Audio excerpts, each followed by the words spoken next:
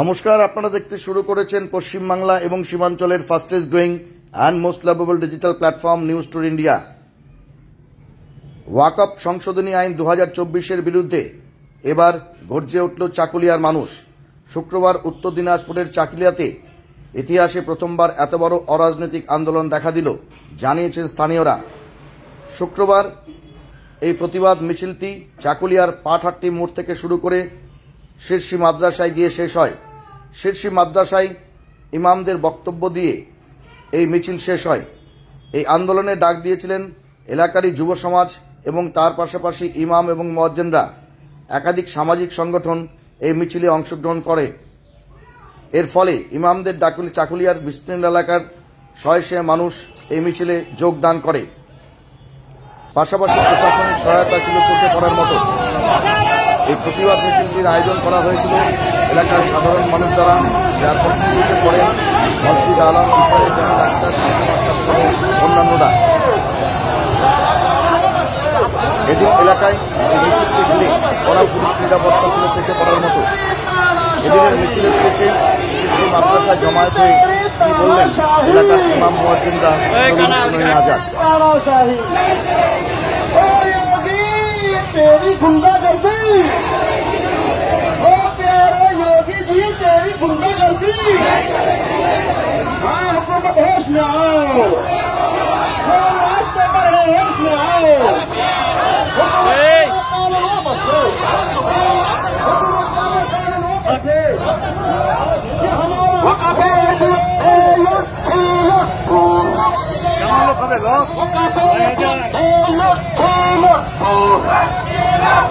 तुम्हारी कलाकार माने मन बड़ा, तुम्हारी कला है मरीना मन बड़ा, तुम्हारी कला है मरीना मन बड़ा।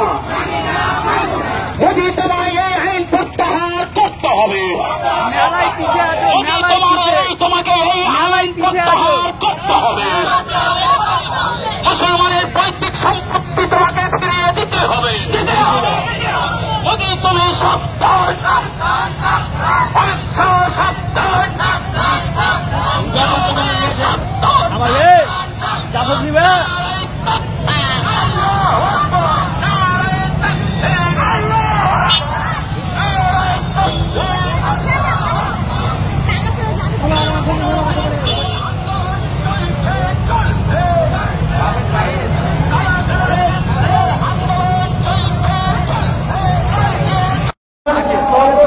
সুবিধা হবে।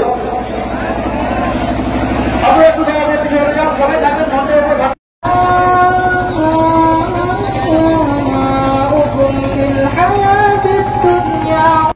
तकलीफ कर करें मतलब अपने मोहम्मद साहब। अस्सलाम वालेकुम वरहमतुल्लाहि वबरकातुहू। तेरी जान अशर, तेरी जान अशर, तेरी जान अशर, हमेशा तेरी जान अशर, हमेशा तेरी जान अशर, हमेशा तेरी जान अशर। वापस लो, वापस लो। और इस लीजिए मैं अपने मुद्दे को खत्म कर रहा हूँ। जोरदार आवाज में और जोरदार आवाज में खड़ा कर मुखालिफत अपना मुझे दीवानी इत्तेफाकी में दाऊद तंजीर अहमद साहब को बुलाएं और अपनी मुखालिफत में अपनी तकरीर पेश करें।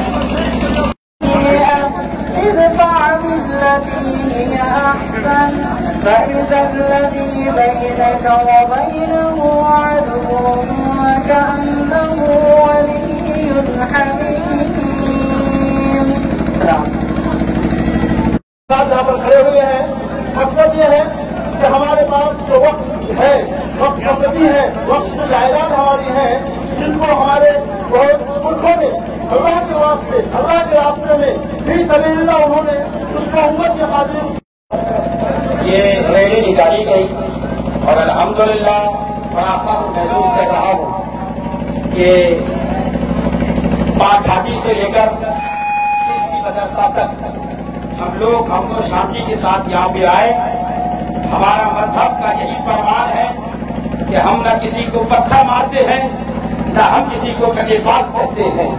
जब हम जुलूस निकालते हैं तो हमारा एक ही मिशन होता है और वो मिशन ये है कि हम तमाम लोग चाकोलिया वासी और चाकोलिया ब्लॉक के जितने भी रहने वाले मानने वाले हैं, हम सब यहाँ पे इसलिए हाजिर आए हैं कि हमारी आवाज, हमारी एकताई, हमारा इतिहास, हमारा इत्तेफाक पार्लियामेंट में मोदी और उनके साथी जोड़ीदार अमित शाह तक ये आवाज पहुंचाई जाए कि अमित शाह जी, तुमने जो मुसलमान की भलाई के लिए वक्त बिल कानून लाया, हमें तुम्हारी इस भलाई की जरूरत नहीं है, इसलिए तुम्हारी भीख के मोहताज नहीं है।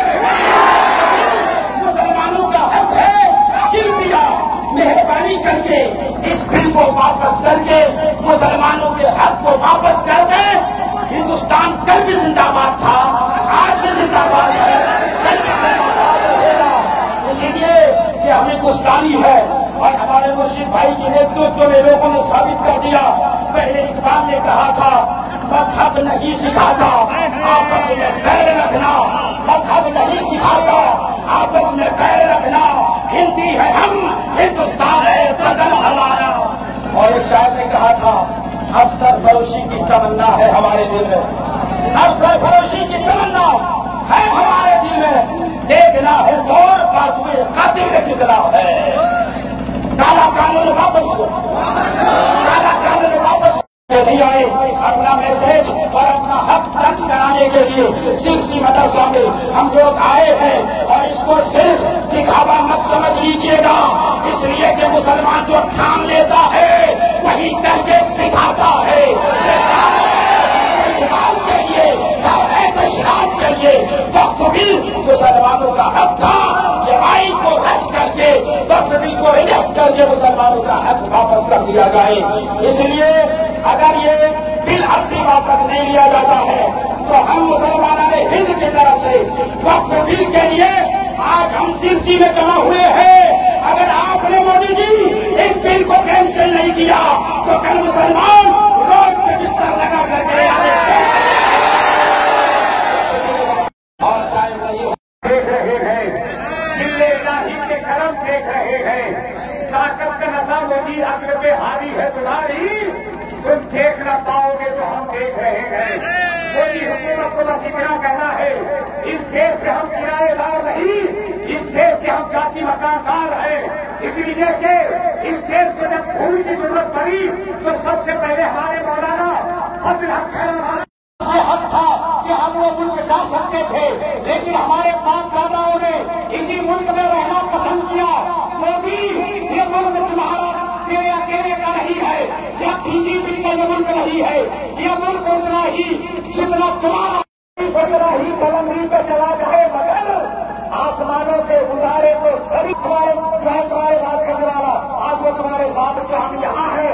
कल हमारी जान की बात आएगी तो हम जान देने को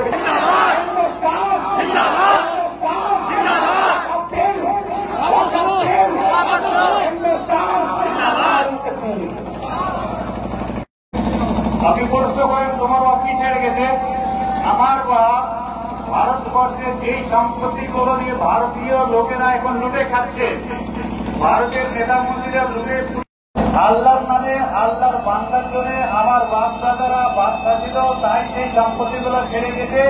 ওই দরকার সম্পত্তিগুলোর নাম হচ্ছে ওয়াক্ফ, সেইগুলো ছিল ওয়াক্ফের আন্ডারে একটা বোর্ড ছিল, সেই বোর্ডটাকে সরকার উচ্ছেদ করে দিয়েছে আর সেই রাজ করে দিচ্ছে। অর্থাৎ नहीं जो हमें तोड़ सके, हिंदुस्तान को क्या दुनिया में किसी माए का लाभ नहीं जो मुसलमान को मिटा सके।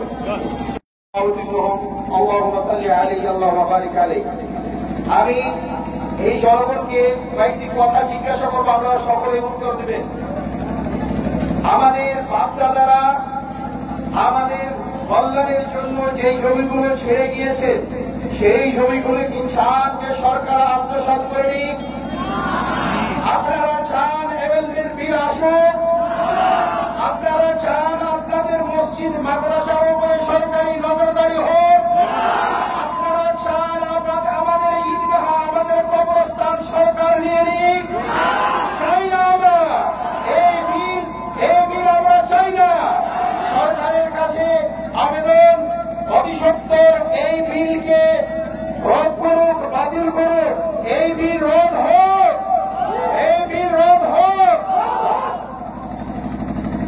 এর আগে অনেক বড় ওলামায়ে কেরাম নিজের কথা বললেন, আমি দুই কি কথা বলবো তারপরে দোয়া করে শেষ করে দিব। जब गुलिस्तान को खून की जरूरत पड़ी तो सबसे पहले हमारी ही गर्दन कटी, फिर भी कहते हैं हमें ये अहले चमन, ये चमन है हमारा तुम्हारा नहीं। আজকে এই মজলিসে আমরা যে উদ্দেশ্য নিয়ে উপস্থিত হয়েছি সকলের জানা হয়ে গিয়েছে। আমরা চাই না আমাদের অধিকার, আমাদের হক ভারত সরকার নিজের কালা কানুন দ্বারা ছিনিয়ে নেয়। আমরা চাই না ভারতবর্ষে অশান্তি আসুক। আমরা শান্তির ধর্ম মানি এবং শান্তির সাথে এই ভারতবর্ষে বসবাস করতে চাই। যারা অশান্তি সৃষ্টি করতে চায়, যারা আমাদের হক ছিনিয়ে নিতে চায়, তাদেরকে এই মজলিস দ্বারা, এই শব্দ দ্বারা আগেই থেকে ইঙ্গিত করে দিচ্ছি। আজকে যেমন আমরা 2-4 কিলোমিটার রাস্তা এবং পথ পেরিয়ে আমরা এখানে উপস্থিত হয়েছি, সামনে আমরা এর চেয়ে বেশি বড় আন্দোলন করব এবং সরকার যতক্ষণ পর্যন্ত এই বিল বাতিল না করবে, ফিরিয়ে না নেবে, ততক্ষণ আমাদের এই আন্দোলন চলতেই থাকবে, চলতেই থাকবে, চলতেই থাকবে।